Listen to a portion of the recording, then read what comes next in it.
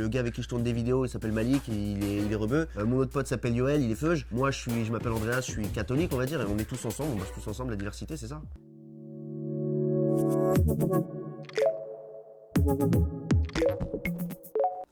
Salut à tous, c'est Andreas Castrinos alias Caméra Castro sur YouTube. Du coup, je suis youtubeur. Bienvenue sur Papillon Action. Moi, à la base, j'ai un parcours assez scolaire, c'est-à-dire que j'ai un Master 2, donc un Bac plus 5. Mais à la base, j'étais plus orienté, on va dire, banque et finance. J'ai un petit peu travaillé dans le milieu bancaire, et un jour, j'ai switché et j'ai essayé de me rapprocher un peu de la télé. Et aujourd'hui, je suis youtubeur.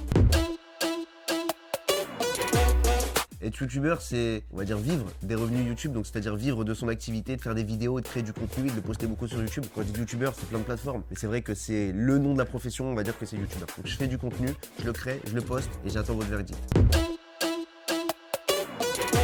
Je pense que j'ai fait des études vraiment comme beaucoup de jeunes pour faire plaisir un peu aux parents. Et moi, je savais pas trop ce que je voulais faire. Donc on va dire j'ai suivi la voie, on va dire un peu simple. Je suivais mes potes quoi. Et puis un jour, je me suis dit bon bah maintenant que je les ai assez suivis, qu'il y en a un qui bosse dans une banque, l'autre qui est agent immobilier et que moi je veux pas faire ça, je fais quoi? Après avoir eu mon Bac plus 5, j'ai plus ou moins recommencé pour m'orienter vers la télé. Donc là, j'ai accepté de repartir à zéro, de reprendre des petits stages, d'être stagiaire chez TF1 alors que j'avais un Bac plus 5 et que j'avais 23 ans et que les autres stagiaires ils avaient 18 ans, de quasiment tout recommencer pour m'orienter vers cette voie. Ça a été du taf, hein, beaucoup. Hein. Mais au final, je regrette rien.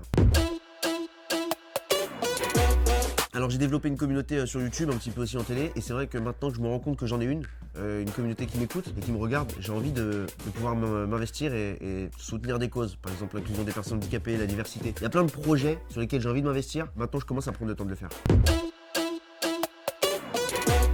Justement, la diversité dans mon milieu, elle est présente à tous les niveaux parce que moi, je suis youtubeur, encore une fois, c'est le nom qu'on utilise. Et sur ce média, sur ce réseau, tout le monde peut percer. On peut tous y arriver. Que tu sois blanc, black, beurre, jaune, rouge, tu peux y arriver. Que tu sois un homme, une femme, trans, homo, ce que tu veux, tu peux y arriver. Et c'est ça qui est cool, c'est qu'à tous les niveaux, même dans mon équipe, à mon niveau à moi, je le vois. Le gars avec qui je tourne des vidéos, il s'appelle Malik, il est rebeu. Mon autre pote s'appelle Yoel, il est feuge. Moi, je m'appelle Andreas, je suis catholique, on va dire. Et on est tous ensemble, on bosse tous ensemble, la diversité, c'est ça.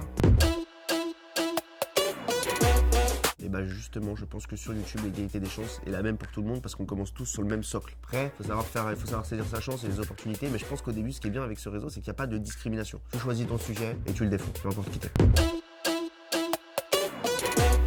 Comment je me voyais il y a 10 ans, franchement, je pense que j'étais quand même un bon branleur, excusez-moi le mot, mais je savais pas vraiment ce que je voulais faire. Ça a pris du temps avant que je trouve ma voie et maintenant que je l'ai trouvée, bah je sais pas ce que je vais faire dans 10 ans. Je sais pas du tout si je ferai encore des blagues dans 10 ans.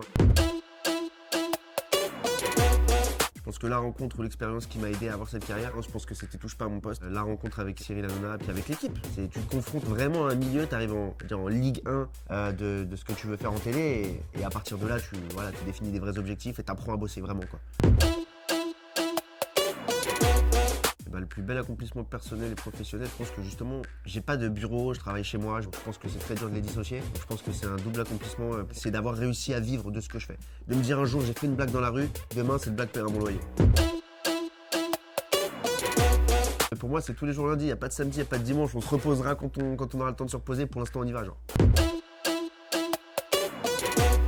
Le conseil que je pourrais donner pour, je sais pas, se lancer sur les réseaux, sur YouTube, de percer comme on dit maintenant, fixe-toi un objectif. De toute façon, en chemin, tu vas changer 1000 fois d'objectif. Fixe-toi un objectif, reste en mouvement, fais des trucs, bouge, attends pas que ça vienne. Va chercher.